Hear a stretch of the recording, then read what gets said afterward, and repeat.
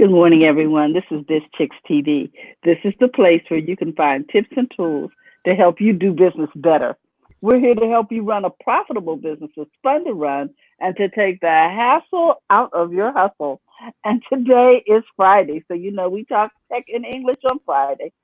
I'm here with my co-host, Miss Francine Gregory, real estate entrepreneur and tech diva, and our wonderful contributor all the way from New York City, Miss TJ Johnson with TJ Online everywhere. How you doing, Terry? I'm doing great. How are you ladies doing today? All is well. Good. And I am Terralina from California Cover Ups with the Biz Chicks.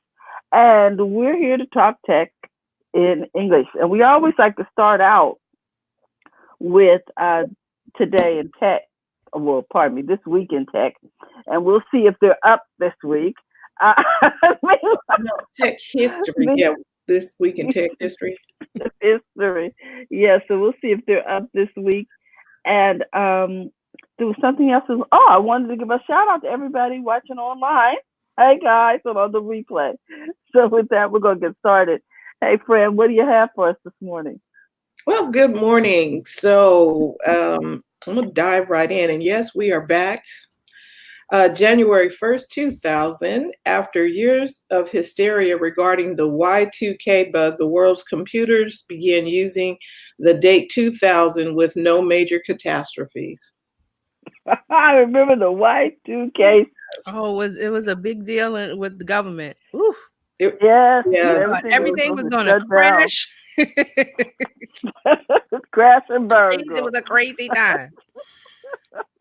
There's still a debate whether the year 2000 problem was overblown by the technology industry or if the frantic updating of was done by armies of software developers leading up to Y2K averted the disaster, but whatever. Yeah, we never found out we never found out if they stopped it or was gonna happen. We never found out. So, but hey, we're here. What happened with the extra zero? We're It just here. freaked them out. January 2nd, 1839, Louis Daguerre takes the first known photo of the moon. Unfortunately, his lab burns down on March 8th, so the photo does not survive. Thus, the reason for having a good backup system for your stuff. Backup your computer, backup your phone, backup. Backup. We can't say it enough. January 2nd, 1959, Luna 1, the first spacecraft to reach the vicinity of the moon and to orbit the sun, is launched by the USSR. January 2nd, 1979, Dan Bricklin and Bob Frankston, developers of the world's first spreadsheet software, incorporate Software Arts to be the parent company for their product, VisiCalc. VisiCalc was introduced and then shipped later in the year and became the first killer app for the personal computer. By offering such powerful business tools that anyone could run on their own computer, Bricklin and Frankston are credited with changing the perception of the personal computer from hobby into a business machine. Mm-hmm. Okay, I'm just going to read it because it's here. January 2nd, 2004, the NASA spacecraft Stardust successfully flies past Comet Wild 2, collecting samples that are returned to Earth. Those are for them people who like Mars. Just say it. January 3rd, 1957, the Hamilton Watch Company introduces the first electric watch. The Hamilton Electric 500 was the first watch to never need winding. However, its battery life was so short that frequent battery replacements were necessary. Plus, as a first of breed, the watch was not very reliable. However, it was an instant hit because the novelty of never needing to wind the watch proved extremely popular. And that happens now in tech. Stuff comes out, it's popular because it's got to be the new thing. Got to have it. Not necessarily works well, but you got to have it. Apple Computer grows up January 3rd, 1977, less than 1 year after its founding, the world's first personal computer company. Apple Computer Inc. is incorporated. And it had the original computer logo from 1977 was the one with the rainbow, and that was used throughout till 1999. Okay, here's something I think everybody, well, most of us don't know. Motorola StarTAC was introduced. Remember the StarTAC phone? Motorola introduces the StarTAC, the first clamshell flip cell phone, the smallest and lightest phone available at the time. The StarTAC's wearability made it one of the first cell phones to achieve mainstream popularity. About 60 million StarTAC phones were sold over the series' lifetime, becoming the stereotypes for what most people refer to as the flip phone, even to this day. And it was about so big, I can flip. Oh yeah, I remember the flip I phone. remember. And real Oh my gosh. Okay. Yeah, the So, flip Big phone. time. Some pages, and flip phone. January 3rd, 1999, the Mars Polar Lander is launched. The mission ultimately ended in failure during an attempt at landing on Mars' surface. The attempts to reestablish communication with the lander failed after the lander entered Mars' atmosphere. It has been concluded that the most likely cause of the failure was software error, causing the lander to crash into the planet. Even though software was like the likely culprit, it has not been proven that Microsoft had anything to do with it. He put a smiley face on there. Okay. They need to leave Mars alone. Just saying. We're not going to go to Mars. You have made that perfectly clear. We're not going to Mars. Just leave it alone. They can't like even right with the right to get it up there. So I'm challenged just going coast to coast. I'm good. Okay. January 3rd. I mean, that's about my limit. I can't. January 3rd, 2009. I'm ready to get off. The pseudonymous Bitcoin creator Satoshi Nakamoto mines the first 50 Bitcoins, now known as the Genesis block, 6 days before the initial release of the Bitcoin software and launch of the cryptocurrency network.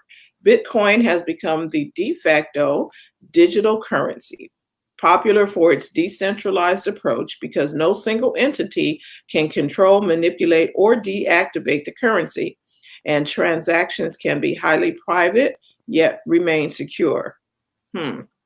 Really? Okay. Yeah, so when I'm gonna let TJ expound on that, but that is your week in tech history. Okay. I didn't hear that last. Oh, righty-dighty. About Bitcoin, and they said that that it, transactions can be highly private yet still remain secure. But yeah. You know what I feel about Bitcoin? It's not ready. It's not ready. I agree. I was like, it's not ready. It's not ready for the average consumer to say, I'm going to take my money out of the bank and put it into Bitcoin. No one's there. There are people playing in Bitcoin, and it's volatile. It goes up, it goes down. It's like stocks. If you don't know, Bitcoin is like stocks. Yeah. Okay, so that's a good analogy. That's it.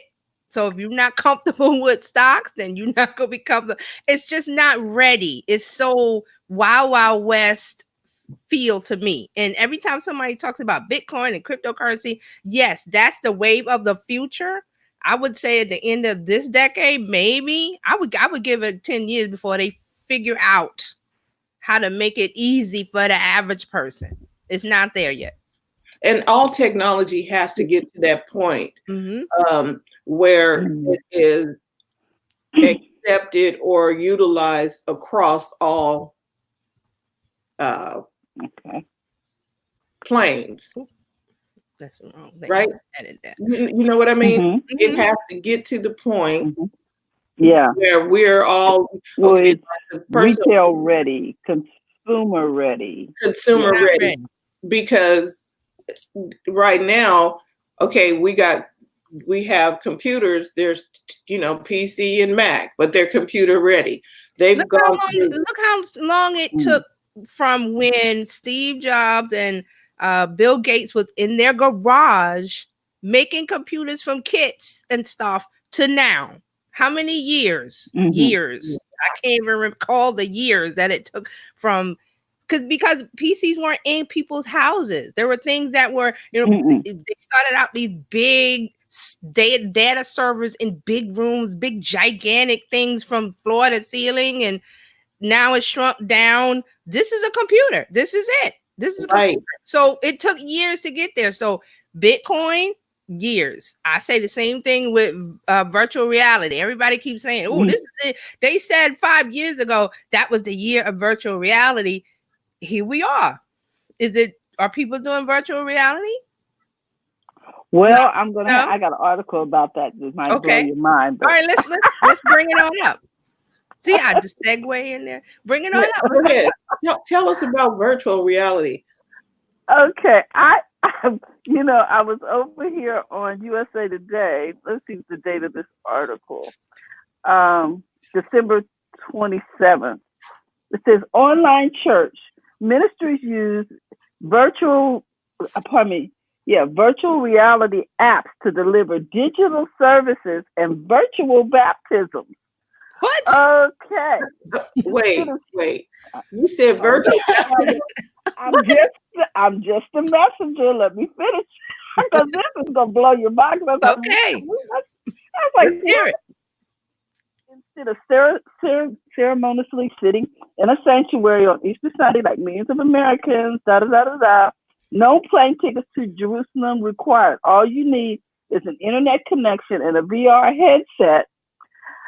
This is a radical change from how many experience church as kids, because they can look into Jesus' tomb, they can actually visit the site of the cross where he was sacrificed. Okay, that's okay. I like point. That part. That's cool. Now let me scroll down a little bit. It says, as churches across the nation install giant screens in the sanctuary and professional upgraded cameras to live stream services, others are embracing technology on a whole different level. New platforms. Here's the paragraph that really took Francine over the fence here.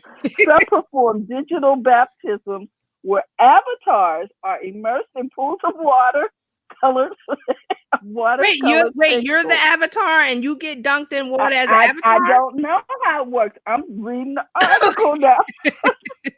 More exists entirely online with no geographical footprint, while others recruit coders to develop apps to enhance Sunday service. Now, hold on, there's more.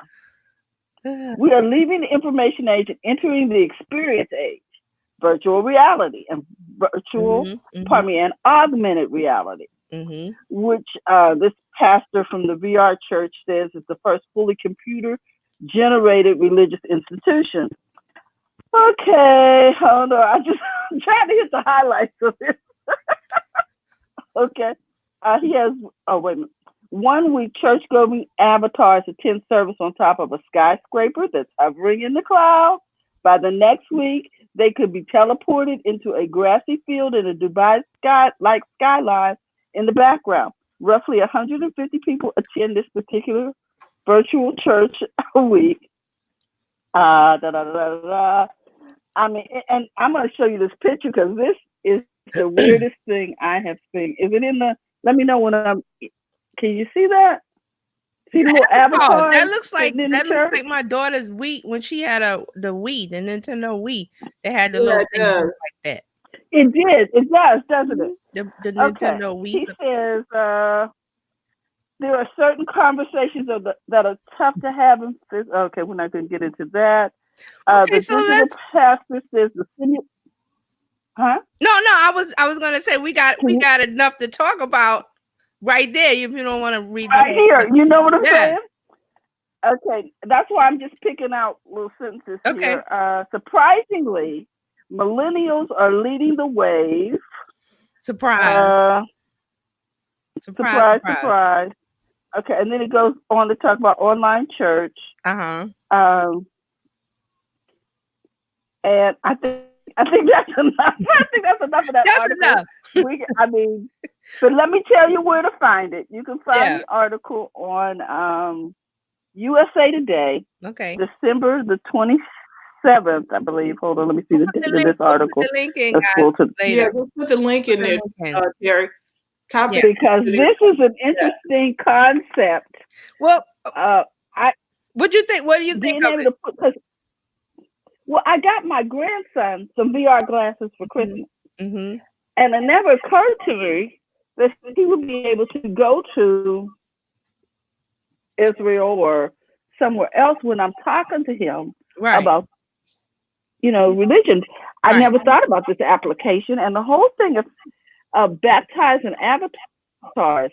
It's just interesting. I look, Well, I'm not whatever it going takes. to the baptizing of the avatar. That's a little too far for me. But I do like the fact when you were talking about they could put the VR glasses on and see Jerusalem, like because you may not be able to fly there, but you could put the glasses on and immerse yourself in the experience. That's what it is. And first, let's explain. VR is Okay. virtual reality. AR is augmented reality. It's Uh-huh. two different things. So you heard Terry said that she bought the glasses for her grandson.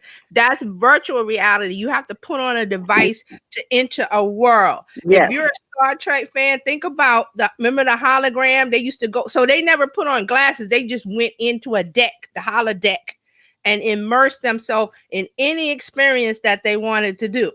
So augmented reality is different. You have augmented reality right now on your phone. If you use Snapchat, they have a little you can put yourself as a character and put yourself into a real life situation. Like you put the character when you point your camera at your desk or something, you could put the little character on the desk. So that's the augmented reality. It's real to you, and you're adding a little bit of digital, whatever it is. They're using augmented reality in interior design. Like if you want to redo your living room or your bathroom or kitchen, whatever, they have apps right now. You can download and say, oh, well, I want a new refrigerator to replace my old one. You put it in the device and you hold your camera in the kitchen and it puts it there so you can see what it looks like. Same thing for living room. You can put a couch wherever you want. So that's augmented reality. So the virtual reality is you have to wear a device to go into an experience. Augmented means you're already here. You just pull your phone out and put something that's not really here in the real spot. Okay. So on Zoom, you know how you could put the stuff on the green screen behind you, and you could be in Paris. That's kind of augmented reality. When they talk about it now, they're talking about it for devices, like you have your phone or your tablet, and you can, play a game or do some. And Apple has some things coming out with augmented reality and games. Arcade in the arcade. Arcade, I think so, yeah. Well, yeah, the arcade, yeah, but also in the actual app, like the kids can go to the Louvre, and see the painting, or you can actually bring some of the works of art and put it on your wall at home. Right. So they mix the two, because when they go to the Louvre, that's the virtual reality without the glasses. Right. When they're immersing themselves into an experience, that's virtual reality. When you're adding something to where you already are in your physical reality now, that's augmented. So it's two different things. A lot of people, get it confused. So that's the way to remember.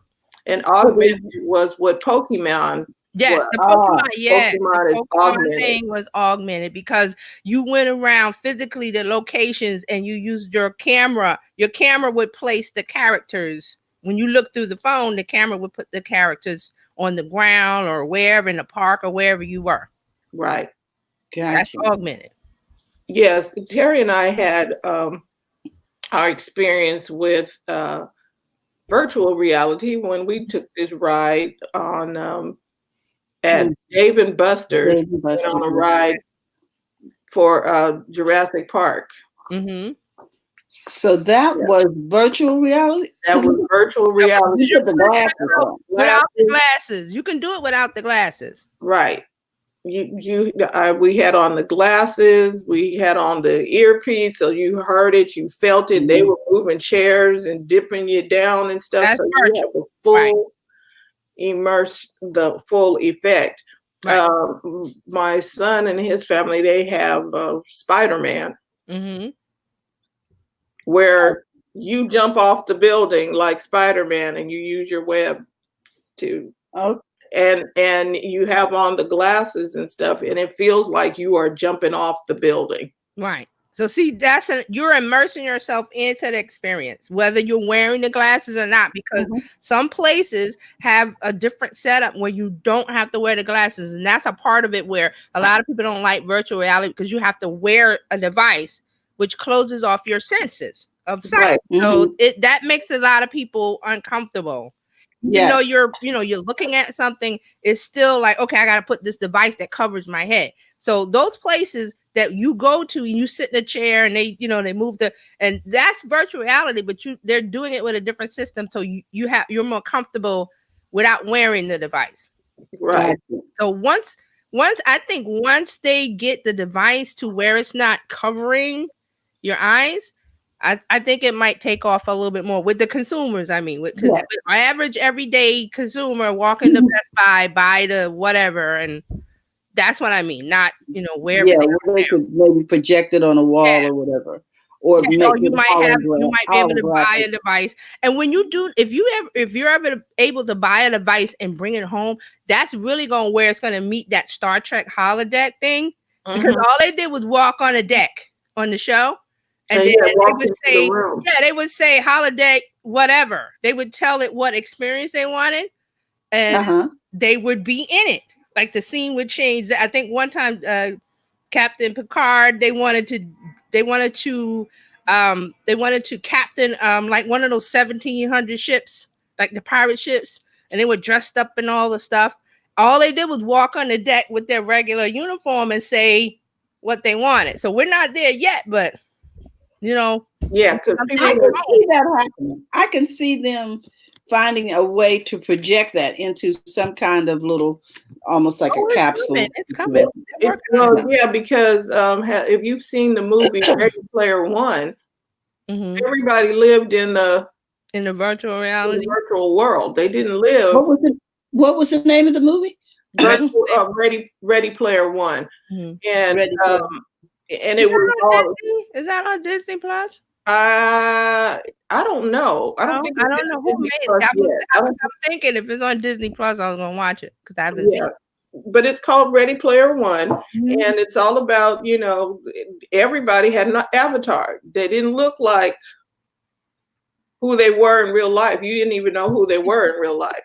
You can do that now on Instagram with the filters. You're like, who is that? That's a good segue to the other thing I wanted to talk about, but we'll get to that in a minute. Carlos said that Ready Player One is a book that turned it to a movie. Yeah. Thank you, Carlos. And The Matrix, I believe, was the first immersive situation. If you watch The Matrix, everybody is laying in a pod somewhere and they think they're walking around on Earth. Exactly. Yeah. Let's say hey to, before we go on, we'll say hey to Brenna, to Carlos. Hey, Carlos. Barry's here. I saw a couple other people pop in. Robin's here. Yeah. And Jerry's here. Yeah. No Lawnmower Man. He's saying Lawnmower Man was first. I don't know. That was. I remember that too. See, I'm not familiar with these movies. Okay, they were a while back and they were interested. Brenda says she watched the other one, Ready Player One, with her boys. Right. So it's there. It's there. It's coming. It's just a matter of when. So, and it took us from 1977 to where we are now to have a computer that's on our desk or actually a computer in our hand. So that was a long time. Yeah, it to, was. and that wasn't wait because we do the history. So computers was actually back in way back. Yeah, way back. They were But just we big, just now big getting things here. that took up rooms. They took up rooms and floors. That's all. Right. And so And as they worked on the microprocessor board, that the microprocessor gets smaller and smaller, and that's why we have the phones because they make smaller. They're small now. They're tiny. Nano. right. Because if you've seen Hidden Figures, you saw how big that computer was that they were trying to put Mhm. into the room for Mhm. the space program. Mhm. And it took up a whole section of the building. Once Yeah. they got it in the door. Mhm. Right. And remember, Octavia's part, I forgot the lady that she played, but she was learning when they had the new data card reader that you put the punch cards in. They had Doing Fortran, yeah, she was trying to learn that because she was like, okay, I see what's coming. So I'm going to move from, okay, we write stuff down on paper to this machine is going to do it. I'm going to learn it. And she was in there teaching herself to program the machine. And you saw the room, but the room that machine was in was huge. It was just full of wall-to-wall computers with this little console where she fed the cards in. So that's what it used to be. Hey Q, Happy New Year. Thank you. Hey, Happy New Year. Happy New Year, guys. Okay.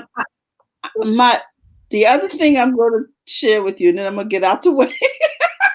I always like to take us down these rabbit holes. Is that Sunday is supposed to be dating Sunday. That's the Sunday when everybody's going to go online and sort of update their stuff and or Sunday? get into cyber dating. So it's been nicknamed Dating Sunday. So Dating Sunday, you're supposed to go update your dating profile. or put up one for 2020. Facebook. It's the time when people actually engage in cyber what I call it online dating. But online dating. Let's talk about that a little bit. How does that work for people? Because I know there are people who I've seen TV shows where they have people set up on dates and stuff like that. Now, does this actually work? Do you trust the whole dating online thing? Well, see, they made some suggestions. One was that if your pictures weren't working for you in 2019, update your pictures. Also, it's good if you can add a caption, because if you took like a vacation to Kathmandu or something, it's a conversation starter. Okay. And 3, they suggest that you actually try to meet up as soon as possible. So if you know you're being catfished, well, that's my opinion why you want to do it. But to meet up so that you can sort of know if you want to do this and to be on more than one platform. So this is the day for people to refresh their profiles, basically. Right. Mm-hmm. Okay. Mm-hmm. Okay, so if you got to refresh your profile, apparently it hasn't worked for you yet. Well, okay. He says, thank the Lord I don't have to fuss with that nonsense anymore. And Jerry Scott says, no, thank you. Now, it's interesting because I was just watching the show from CBS called The Unicorn. I'm like, what is this show about? I saw that. The same thing. I was like, what is this show about? And I caught one of the episodes. And I was like, what is it about, ladies? Well, the gentleman, his wife passed away. Mm-hmm. And his friend, he's called a unicorn because he's fresh. She said elusive something. Yeah. He's fresh. He's widowed. He's handsome, has a job and everything. So he is like the prime, most eligible bachelor or whatever. And so they call him a unicorn because the unicorn is a mythical thing that you can't really touch. It's like you've heard of it, but you haven't seen one. So I love the character, the one that's married with all the kids. She explains, she says, oh my God, you're a unicorn. And then she goes into this whole, he's a elusive something character, something. I love the way that she explained it. That they run it on the ad, which she says what it is. And I'm like, the unicorn. Oh. What is this? So, Yeah, because I couldn't figure out. I'm like, what is this show about? And but it was I thought it was well for done. kids. I just you when I thought it was saw about the title, unicorns? yeah, because it's something my granddaughter who's 5 is Yeah. into. You know, But they explained it well, and Mhm. then when you watch it, it was shown well too. So Mhm. he tried dating, and he went on the date with this lady, and they told his friend said, "So how did you like the date?" He said it was okay. So you're not going on another one, right? He was like, "Well, we asked." They were like, "No, not the second Yeah, one." that one was funny. There's a whole rule for how you date online. Right. oh really? And Yeah, she was younger than he was. So he would say a joke about something and she would go, "What? Like, what are you She talking?" didn't get it. So they thought because of that he wouldn't go on another date. But he what happened was he accepted her Facebook friend request. And they were like, "No, don't do that, because you get into a rabbit hole of liking her photos and stuff when you don't really like her." right. It's a well-written show. Yeah, and I might need to know that. I might need to watch that just to figure out the They rules. did. Yeah. I think after Christmas, CBS was showing a couple of them to get people to watch it. Like the first 2 or 3 they Yeah. showed. I think it was last week or something, or this week. I forgot what it right. was. They'll let you have a little Yeah, taste. a little taste of it, and then you go, okay. And I think the unicorn is on regular television. It wasn't.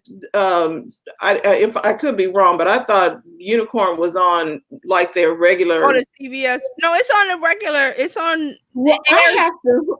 Yeah, I have it's to look on at the app. my The app. antenna. I don't have an antenna, so I don't get the regular I think it channel. goes on Thursday.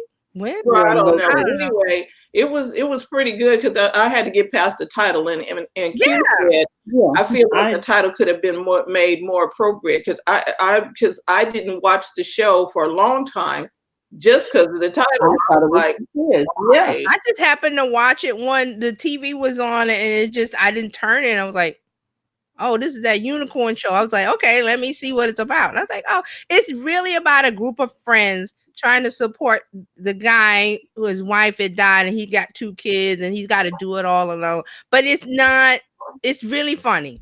It was funny. Really funny. It really is funny.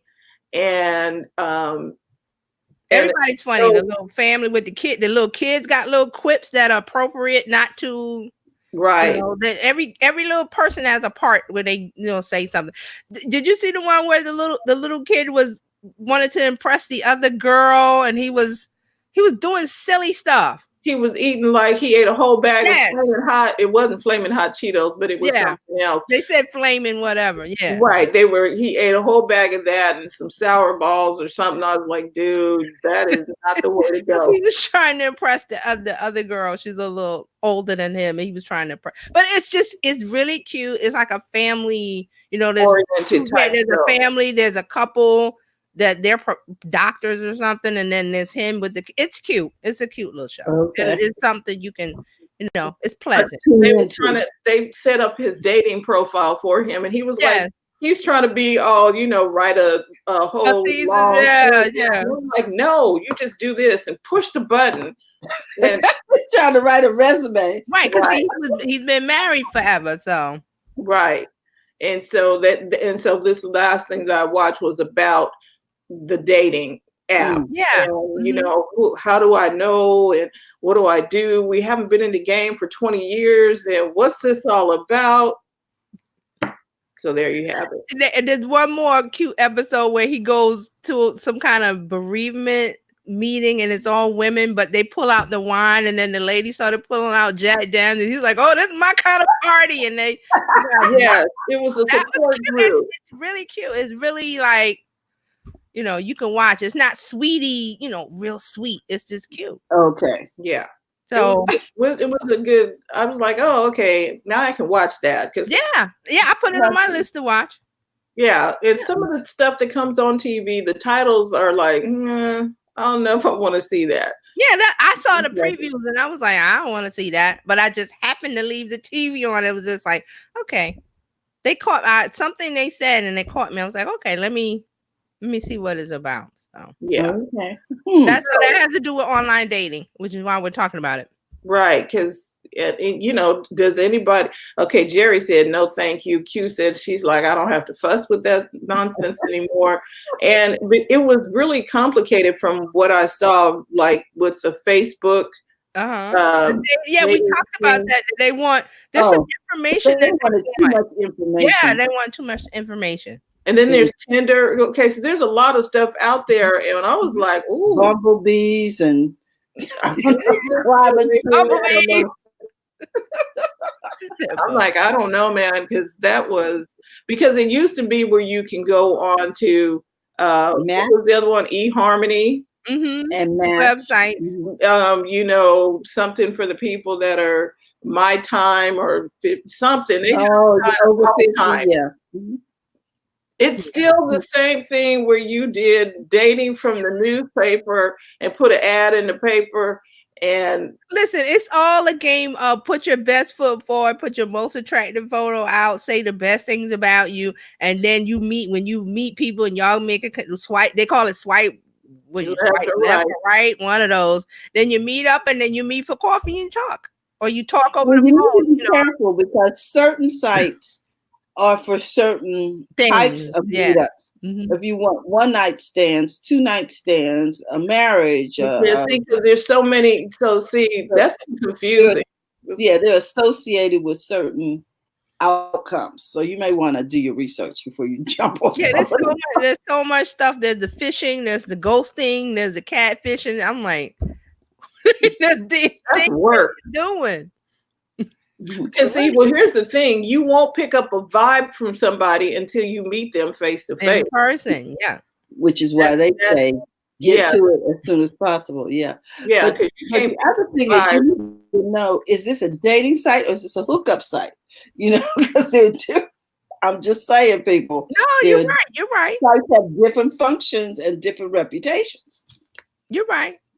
They are both of those. So what is happening is it takes the human element out of it. So one of the relationship coaches that came on our show on a Thursday, she said, "Do it." Hey, Dr. Tachi, you coming in?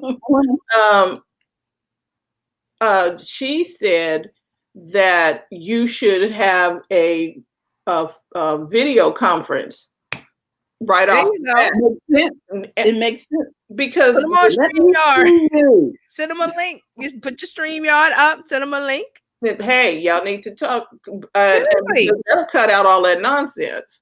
And StreamYard has the beta, the thing where you use you use their branding. It's free.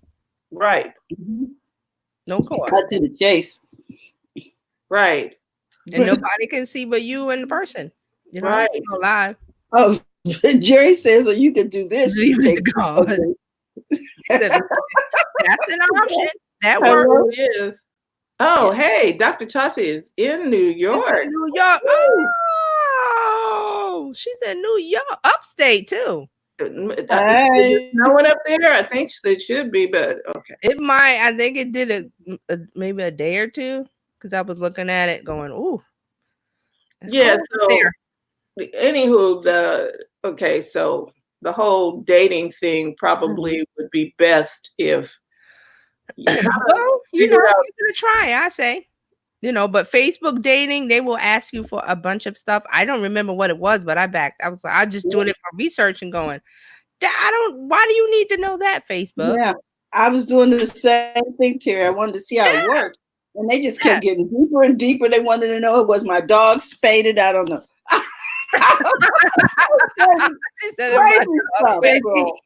It was invasive. I don't remember what question they asked me. I don't either, but I'm making stuff up. But I'm just saying, yeah, they do. They do. So, detailed. FYI, Facebook dating, they will ask for your blood type. I don't know what. There it is. Yeah, Carlos did it. That's sample. I love it. Right? It's true.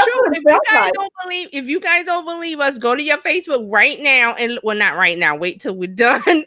But look at the Facebook dating and the setup for it. They ask like so many questions. It's crazy. it was weird. It got a little weird after a while. I was like, Back out. Like, Okay, so what is the after anyway? Your data. yeah. And why would you I guess there was some cop show or something on YouTube or whatever. They were telling you how to protect yourself when people ask you, well, what's the last four of your social? You don't give them that. 0000. You don't give them the last four of your social. You is that crazy or what? What's your mom's maiden name? How about no? Because scammers come and ask the same question that Facebook is probably asking. Carlos is getting wilder over here. That's what 360 bodies can. And it is getting to the point. People are, and they're asking it so very nonchalantly, like, okay, well, we need you to confirm the last four of your social. Why am I talking to you? No. And why do I need to give that to you? Yeah, it's time. We're in the era of people stopping and saying why. Because of Facebook. I'm going to put the blame on them. Because of Facebook. And the thing that happened with the privacy breach and the data and the Cambridge Analytica, that now, and it's a good thing. I'm not saying it's a bad, it's a good thing, because now everybody's more aware of, like Fran says, why do you need that? Ask why. Why do you need this? Name, address, email address. What else do you need? You need all of this other stuff. Now, when I go to websites and they say, sign up for this or get my free sheet they want your phone number now. I'm like, no. Yeah, because they want to they're trying to start text messages to you. And you don't need my phone. There was something that I signed up for something to do some trading investment something, and they wanted to verify my account, verify the account. Right. Okay, so give us your password to your bank account. I was like, no. I'm serious. They wanted me to give my username and password to access my bank account, and I was like, no. And I knew who the company was, but I'm like, that practice right there was a little mess. This is like, I think PayPal, or there's some other online bank. They send like a 2-cent transaction from them to your bank to test the connection. And that's not, it's like a 2 cent or 1 cent. And exactly. And that's the way I had them do it. They said, you can verify immediately. Do not verify immediately when they ask you to verify immediately. You let them do the manual one where they put the money in your account, put $1 in and take it out, whatever. They do like 2 cents, 5 cents. Right. They do it all the time, and they take it right back. Right. Let them do that one.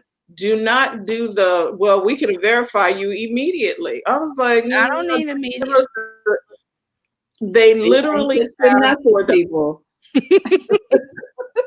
They asked for the username and password to my bank account.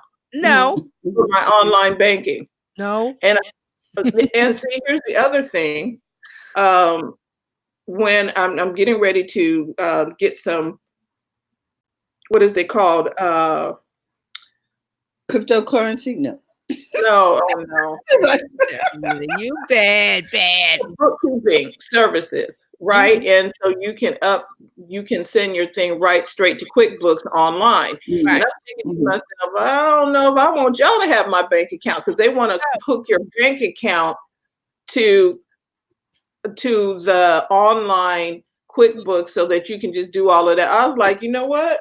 I'm going to say 2 words: Facebook API. Remember, that's how it all started, because Facebook on these other apps and things, they need an API, which is a little piece of code that lets the app talk to your bank or your whatever. And you don't want that, because look what happened with Facebook. They didn't monitor their API. Cambridge Analytica came in and did what they wanted to do. Nobody was watching the store. So you don't want that kind of thing when it comes to your bank account. You don't want that kind of thing at all, really. I will be doing bookkeeping like this. I'm going old school with a piece of paper. I'm not doing that. And Tachi said, "You said not today." Not today. I'm just going to. Mhm.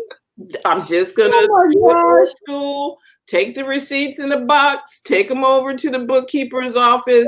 Y'all do that right there, And call or it a happy. my own on my desktop. But Yeah. I'm not sending. Oh, we can just do. You can set your thing up where your computer is. You can connect your bank account to the. I'm like, no. Whatever they say, connect your bank account to, say no, absolutely not. Oh, it'll make your life easier. It'll make this easier. It'll make that easier. It's more convenient. No, do not fall for the convenient factor. Say no. Look, friends, I got old school paper here. Do not do that because they're connecting your bank to whatever that is with an API, a simple API. And you don't know the security of that. And Brian from A Preacher's Kid says how they used to say, mind your own P's and Q's. Watch yourself. It's your bank account. Guard it fiercely. Does your bank ask you for your login? No, They don't even the bank ask. tells you that. They don't even ask. They say do not give it out. They tell you. Don't share. Mm-hmm. So those are things to think about. 2020 is a new year. You want to protect yourself online.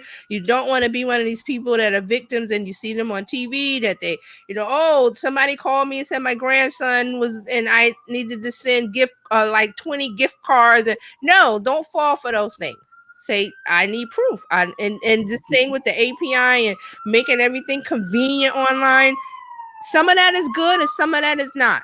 When it comes to your bank account, think twice about it. Bank account, social security number, guard those, and your phone, phone number too, but guard those things. Right? Why do you need to see that? Carlos said, "What's paper?" Dr. said, "Paperwork's just fine." Because look, back in the day, and I'm going off the movies. The mafia had 2 sets of books. People, they were writing books. Yep. Girl, you don't talk about the family. We don't want to talk about the family. They kept records. I'm like, why can't we not keep records? Because we're too busy trying to be busy, and we're not taking the time. You should have a finance day where you're sitting down and you're going over your finances for your business, and you're checking out your budget. This thing I have, this Dome print book here. This Dome book works great. Every time, and I could take my bank statement and just all of the stuff that I spent out, assign it to a category. All of the stuff that came in, assign it to a category. There's a book called Finance for Dummies. There you go. It's going to take me a little bit more work, but these people will not have access to my bank account. Yeah. There you go. I just don't want it. Identity theft is big, though. Right. And they're after your information. So when they I went somewhere else and they kept on asking for, we were signing up for a health care thing where they're going to help you lose weight and help you exercise, online coach. They kept on asking question after question after question after question.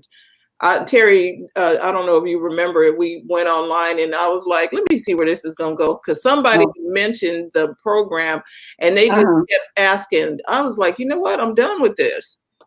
Kept drilling down.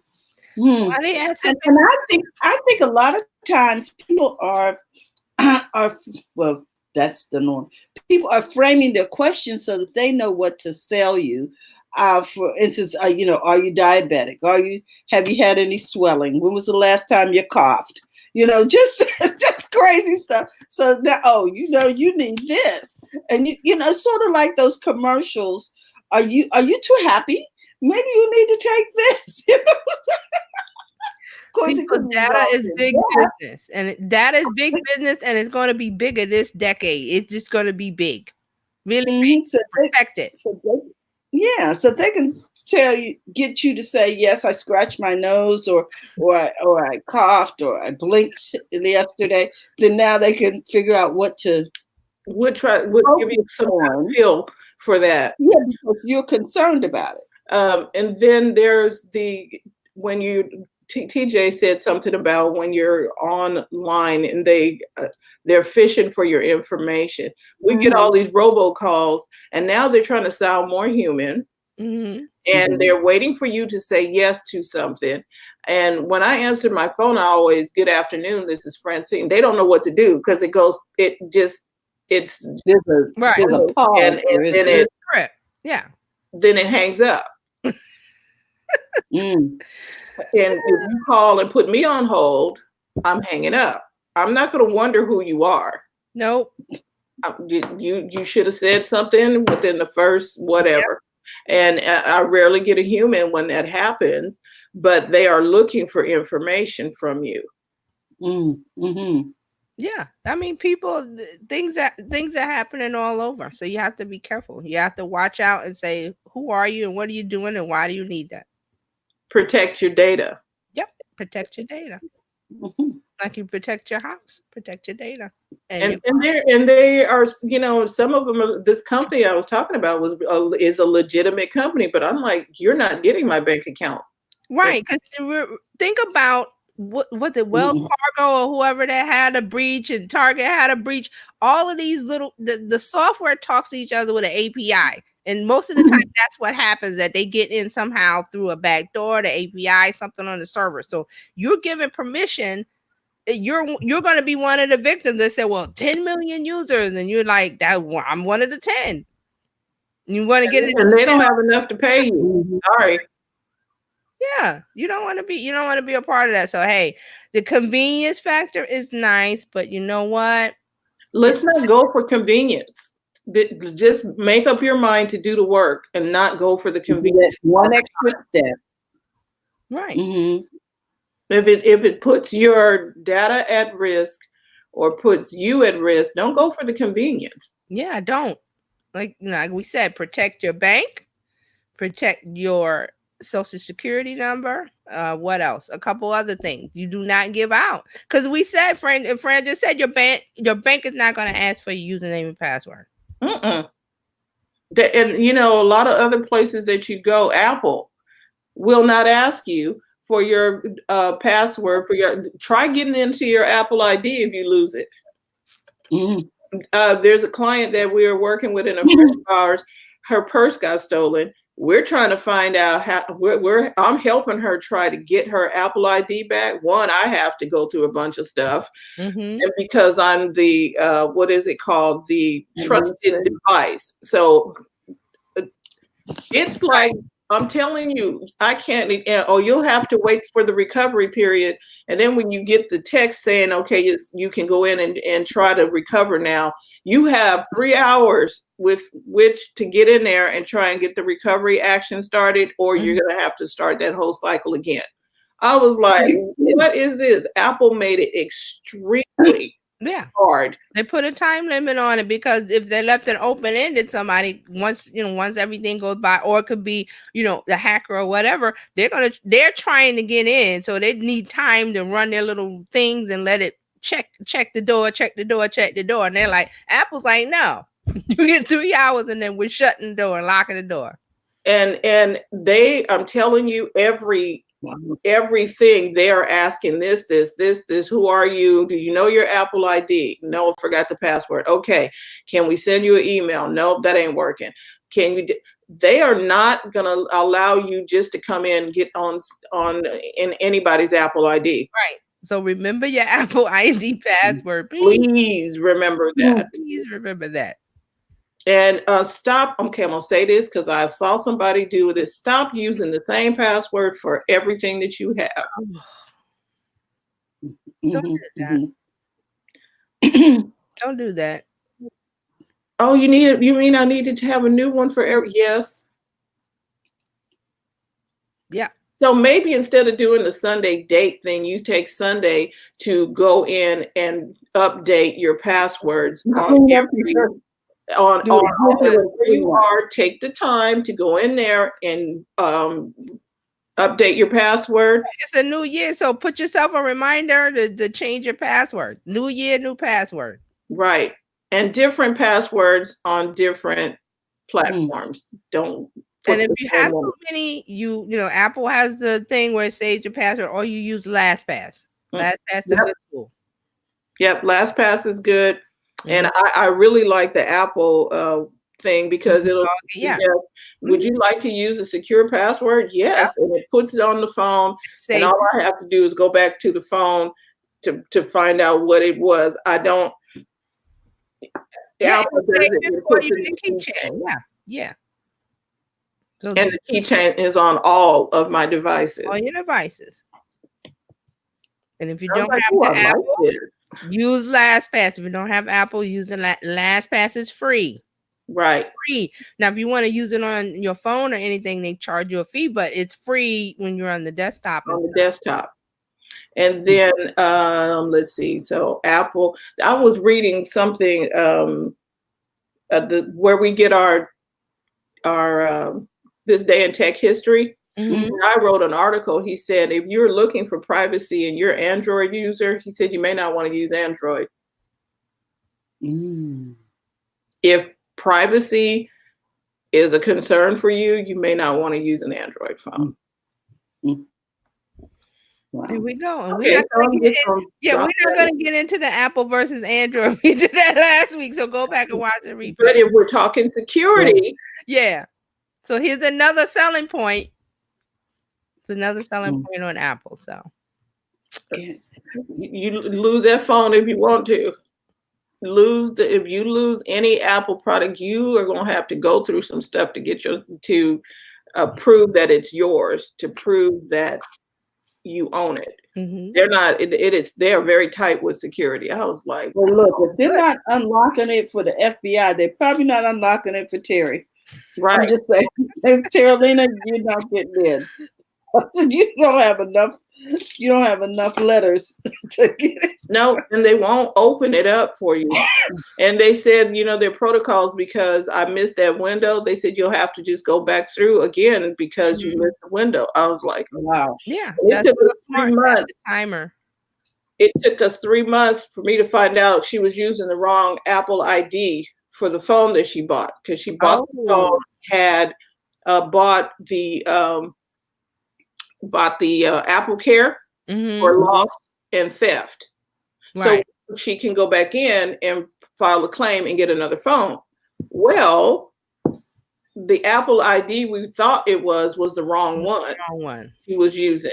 So I had to go through that whole recovery period on the new one. I was like, okay. So Terry, you'll still have doorbell rings until we can get the recovery, until I get in a recovery announcement on the next one. It's been 3 months and we've been trying to get her phone. I'm going to help her with that. 3 months. The internet is restored, so that's good.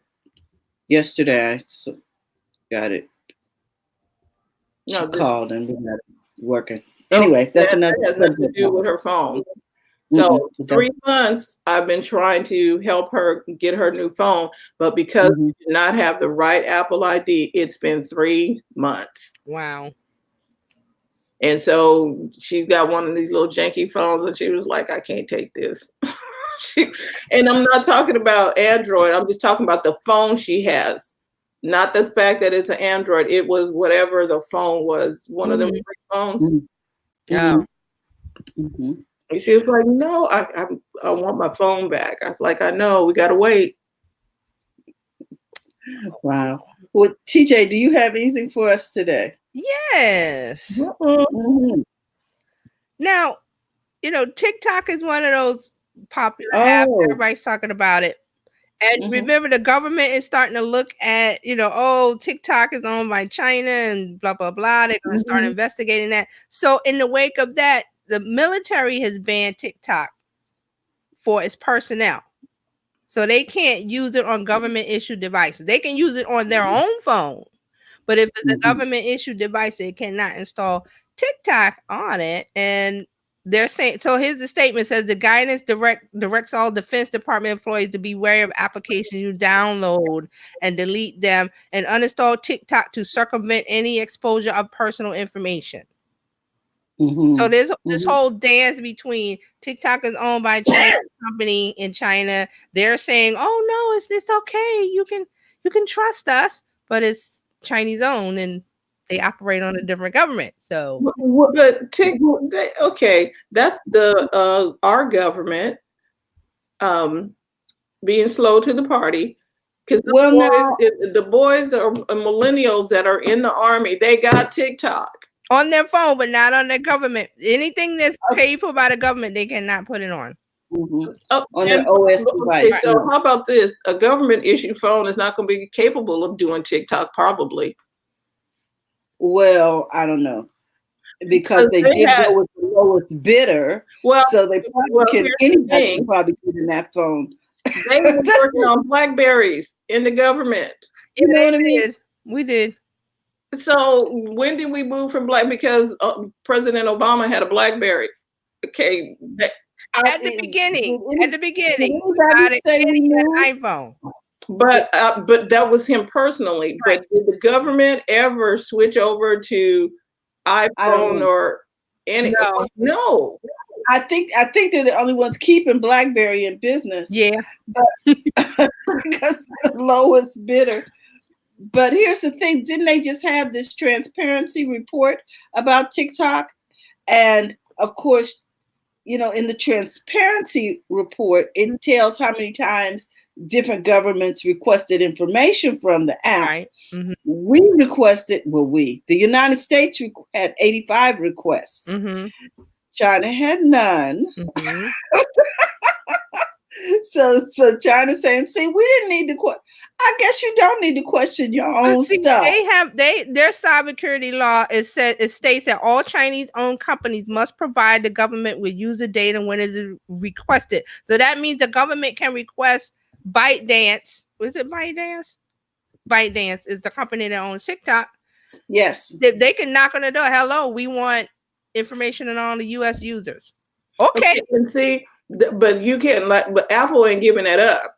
Do you understand? The federal government can come to Apple and say, "Give us ABCD." Apple is like, "No, no." They're collecting. They're collecting data through the app. They already collected it when you signed up. Exactly. So when you are using TikTok or whatever, that's where you go and protect your stuff again. Don't put it out there if you don't want nobody to know. Okay, Carlos is saying that it's built. See, he's saying China didn't need to request it. It's built in. Exactly.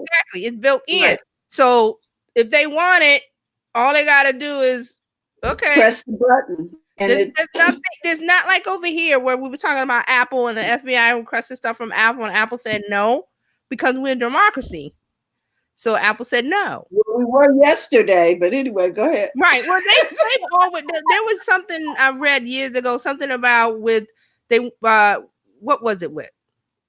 I forgot what it was. It had to do with passports and Homeland Security wanted people's passwords and stuff when you came through. Remember that? Remember that? They wanted to unlock your phone and stuff. They wanted to do it. They didn't do it. Because Apple refuses the request all the time. But see, like Carlos says, it's already there when you sign up. There's not the United States can't stop that because the app is owned, Chinese owned. It's not American owned, Chinese owned. So whatever and isn't to sign up, they have it. Isn't that the problem they have with all those Android phones? The company started with an H or something, and they were concerned about spyware being built into the phone. Huawei, whatever. Yeah, something like that. And it was a Chinese company, and they were concerned that the spyware was in the actual device. And remember, I said last week about the United Arab Emirates with their app TikTok, that they said right away, we're spying on you. So download it. Apple took it out of their store, but they were before they did that. UAE was like, download it. We're spying on you. Yeah, Carlos put it up. It's Huawei. That's it. Yeah, there it is. That's it. Yeah. So if it's not a U.S. owned company, if it's in another country, they go by their laws. They don't go by ours. One more thing to think about. And if you have a TikTok, or any other thing that you're putting out there, make sure it's something that you want it to be shared, and it's going out there. If you don't want it shared, don't put it out. This is like Facebook. And here Carlos says they manufacture chips that attach to products, but they claim the chips don't do anything. See? Maybe because they haven't activated them yet. Something in the chip. It's not activated, but if they want to, this goes back to the people doing, if you have the power, okay, there are a lot of people got the power, but they use their powers for evil. Mm-hmm. And remember that we live in the United States. Other countries have other governments that operate differently from us. And that's what they do over there. When the government wants something from a citizen, they knock on the door, they do whatever and say, we want your whatever. And they go, okay. They cannot resist it. That's why the whole thing with Hong Kong is going on, right? Still going on now.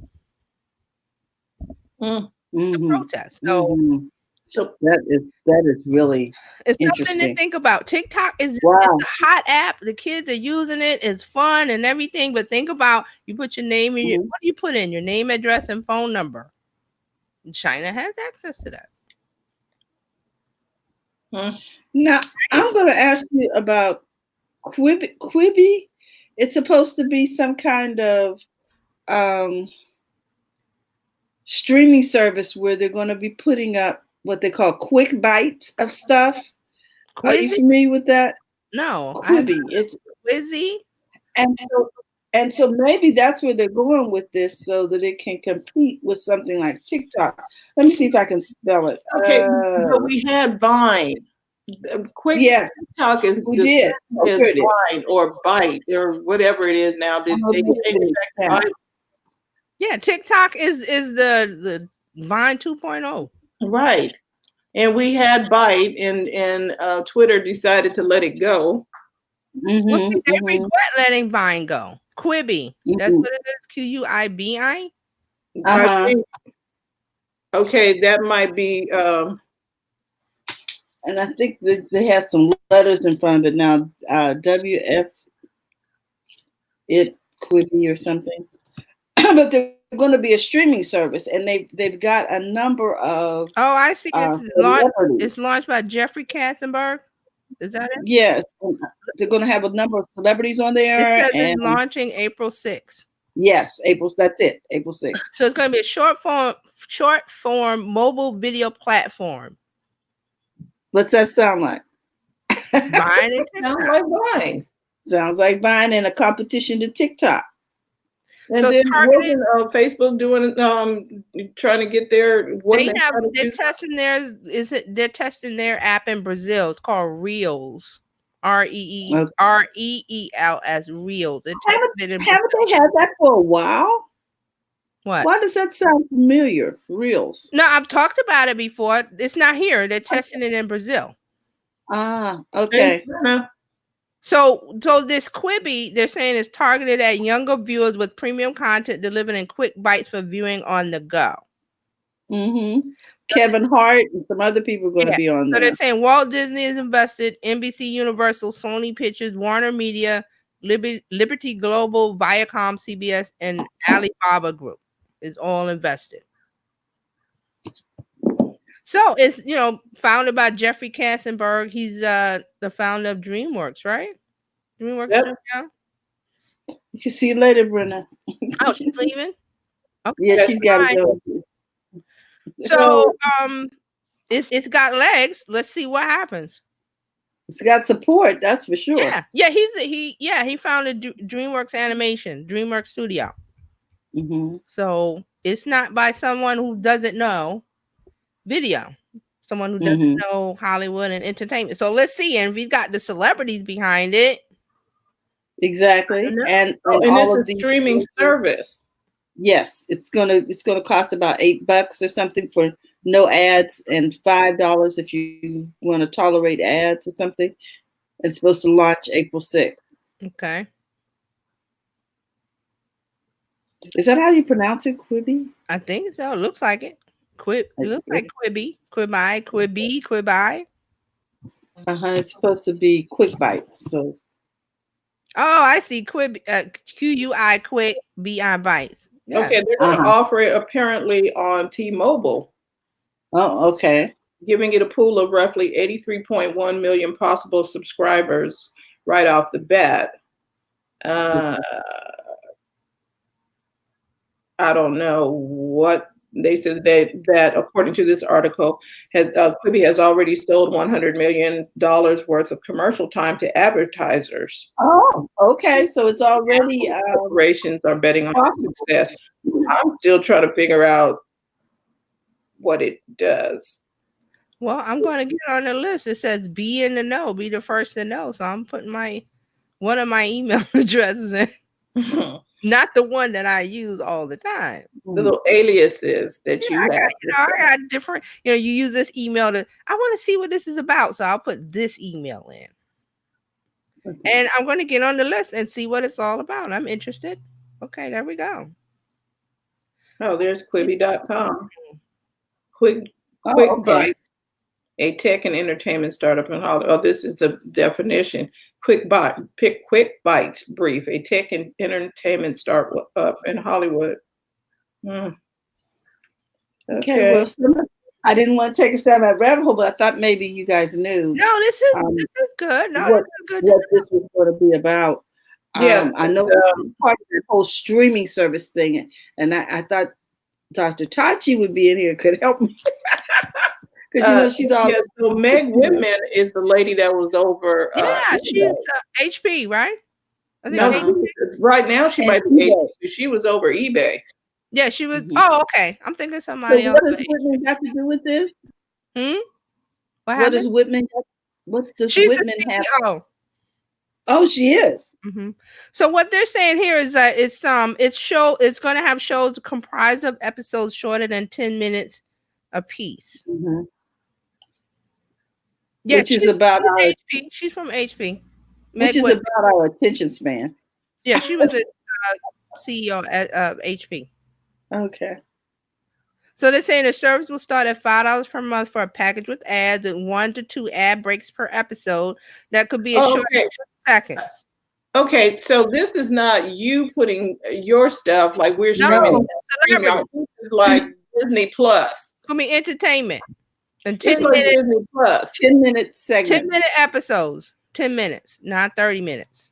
So now they're going to chop it up and make you wait for a week to get the next 10 minutes. They're saying that the most exciting is they're saying new horror shows from the likes of Guillermo del Toro and Steven Spielberg. So he's developing something called Spielberg's After Dark, which users can only watch at nighttime.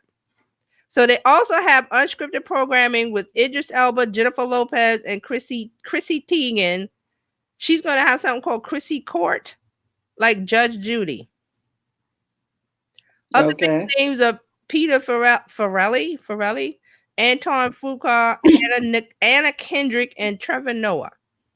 Well, it sounds like it's a streaming service with its own content in 10-minute segments. Right. It's pretty much like Disney Plus and Apple TV. It's YouTube for celebrities. Yeah, okay, yeah, pretty much. There you go. You won't be able to put anything on, but you'll be able to watch celebrities. And they're putting commercials in there. Yeah, they're going to do something in 10 minutes. So it's like Hulu. You could probably not to look at the commercials. You can pay extra. But the thing is, so then what is going to replace TikTok? Because there is right now nothing. Because there is a hunger for TikTok people. is a beast of blue. Is growing. The only thing that's going to stop it is this Chinese connection, the Chinese backing. Unless then maybe Byte can come back and get back in the game. Twitter had Vine. Maybe they just revived Vine and then we all go back to Vine. See, yeah. And see, this kind of ties into my next thing about Instagram. The user growth has dropped for the first time. So it's eMarketer. They do a lot of surveys and asking people questions. So they're saying that the user growth has dropped to 6.7, down from 10% in 2018. They're saying that in 2020 to 2023, it's going to grow slower than expected because of, the youth moving to TikTok, and they're leaving it, but not as fast as they're leaving Facebook. I think it's gonna go down because it's getting so flippin' convoluted. It is. And then also what it is that older age groups are not joining Instagram as quickly as anticipated. They're not joining. There's a certain age group that's over whatever, that they're not joining Instagram as fast as the under I'll say under 35 or whatever. I'll use 35 as the cutoff. So the younger people they love Instagram, but they were figuring like with Facebook, the older crowd came on over. They're not doing that with Instagram. That's their opinion. That they're moving straight to TikTok. They're not coming, because we've had a couple of people on here that signed up on TikTok and putting stuff up over there. And I'm like, because TikTok to me is just like a story. Right. It's the story feature out of Instagram and Facebook. And they're not saying that this is the end of Instagram. It's still the second biggest platform. It's just that they anticipated a larger growth before TikTok grew up. Now it's like, okay, growth isn't going to be as big as we thought because the older crowd isn't coming over and signing up for Instagram like before. They're just staying with Facebook. That's really what this is. Carlos said we need old people to go to TikTok and kill it. They could if they right now, yeah. If you had somebody, grandpa dancing or doing whatever, yeah, he could kill it. So what can we learn from this? If we want to kill something, we just need to show up, right? Well, I mean, turn on the lights. I'm not saying it's the end of Instagram because they're saying they had 9.4 billion in ad revenues in 2019, and they're expecting 13.86 billion this year in ad revenue. So it's growing that way. It's just that, I think it's the youth generation.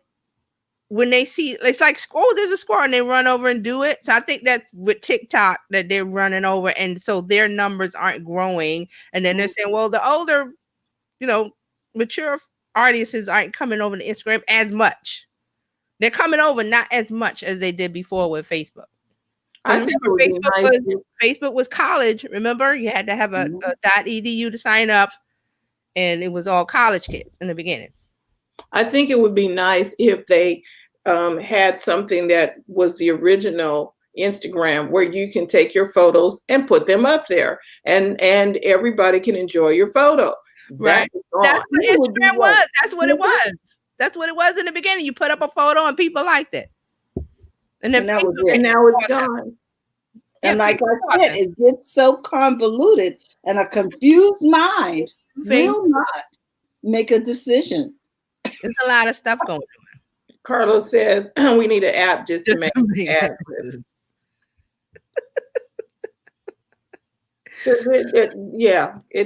This is not. It's just something to note that Instagram is still big. It's just that the growth they anticipated was a little less than they thought. And it could be like Terralina said, because there's so much stuff going on Instagram, which makes it great for the younger generation, but not so great for an old. Well, it's too many things. Yeah, where should my eyes go? What do I do next? Every time I come, it's like Facebook. Every time I come back, the button is somewhere else. It looks different. They keep moving the furniture around. Dagnabbit, I want to know when I've turned. They're trying to keep that youthful glow. They want that youth generation to stay, and they will jump shit when something comes along. TikTok comes along, they're like, "Oh, Instagram is. I'm over on TikTok." And that's what they're doing. So, but have you noticed that when they come up with a new app, it starts out simple. Then they start adding tinsel on it. Wait, they start putting tinsel on stuff and fur and everything. It's like, and remember, see, the selling point with TikTok is you open the app and you watch. You don't have to do anything. And the next one will come up. The next, it'll just bloop, 15 seconds, boop, 15, it keeps going. You see what I'm talking about? Mm-hmm. It's uncomplicated. With Instagram, you have to actively, okay, like Terry said, you gotta, where do I look? If I go to my feed, I gotta, use my thumb. Is it in stories? Is it on? Is it IGTV? Where the heck is it? Reels, a new app that's coming. They got a new app that's coming. Reels. Is it DM? It was funny because New Year's Eve, I was trying to post some of the people who were presenting or singing or whatever. Yeah, I saw that. Was nice. I was trying to get to put it on my story because I don't want it in my feed. And I was like, okay, so how much video can I put over here? And I was pushing buttons and I was like, okay, well, how do I get in? And by the time I figured it all out, the person's singing. No, I saw the stuff that you had up. So you had in stories realize you can just hold the button down. Like if you want to record something like the event you were at, you could just turn that camera on in stories and hold the button down and it'll just keep looping in 15 seconds. It'll cut up the 15 for you. Right. And then if I want to do it again, I had to go back in and add to the story. I was like, where is add to the story? Okay. See. It was way too difficult. I just want to push the button and let it go. And with Vine, you could have done that. Vine, you push a button and it's up. Tell you got 15 seconds or whatever, and you had to push the button again. I was cool with that. You see what I mean? Uncomplicated. And that's why people sign up. And then they come back and the button is on the left or the X is over on the right. What the heck, people? And there's a lot of stuff, and I talked about that because I think in December they put out a whole 4 updates. Like there's layout, there was a whole bunch of updates. Craziness. Stories, only for stories. And then you try and write people's name, or you try and type on the thing, and I was like, okay, can I just put this out? How many layers of buttons do you need? So I went into my Instagram. Here's the new layout feature. So it takes the camera. I don't know if you guys can see that. It puts it in 4 squares. Oh, yeah. Let me and try. Then, I guess you can add things to each square. So what's that app that people use? Is it Pick Post Play or the apps that make grids? You could take 4 photos and put them in 1 or 6 photos. That's what they put in. That's what the layout is. Collage or something. Collage. That's it. The collage apps that let you. The collage apps that let you do that. So, let me see. I'm trying to figure out.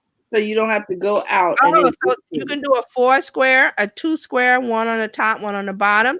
You can do a 3 square, 1, 2, 3 on top, stacked on top.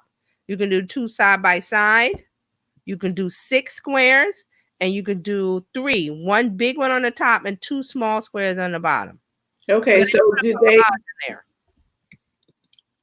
Okay, so you do live, create. Okay, so is this new layout? Oh, I see layout. When you go in, it'll say new because I didn't see that before. It said, "Oh, you have a new thing," and it says layout. I see layout down there. Yeah. You do super zoom. Yeah, it's in the camera options. Right, hands-free. Ah, interesting. The hands-free is you don't have to hold the button down. So you can just take pictures and then all 4 of them go up. It does video. Interesting. But Carolina is right. Instagram put too many things in. Too much going on over here. Too much. So the hands-free will keep going until you stop it, and then it divides it up into 15-second snippets. And then you just upload them. Doing the most, girl. Oh, it's called Boomerang if you wanted to. Yeah, that has been there for a while. So the new one is the layouts. And they got a couple other and we talked about this. It just came out in December. Yeah, it just came out in December. That they made the announcement they were going to do the updates. I mean, the latest updates. Yeah. Just doing Jay Power said a sewing circle. You know, it's just doing the most. Oh gosh. This is just So they're doing that to keep up with TikTok. So TikTok has them running scared. I think they're trying to mesh TikTok, Snapchat all together. Let's just mesh it all They together. want to be the one-stop shop. You know how when they set up the one-stops and they didn't want people to leave, they wanted you to be able to get everything, like the big box store. You can get everything in here. You don't have to go. We even got hot dogs out front. We got pizza. California hotel. You can check in whenever you like, but You ain't getting out of here. Yeah. The Hotel California. Yeah.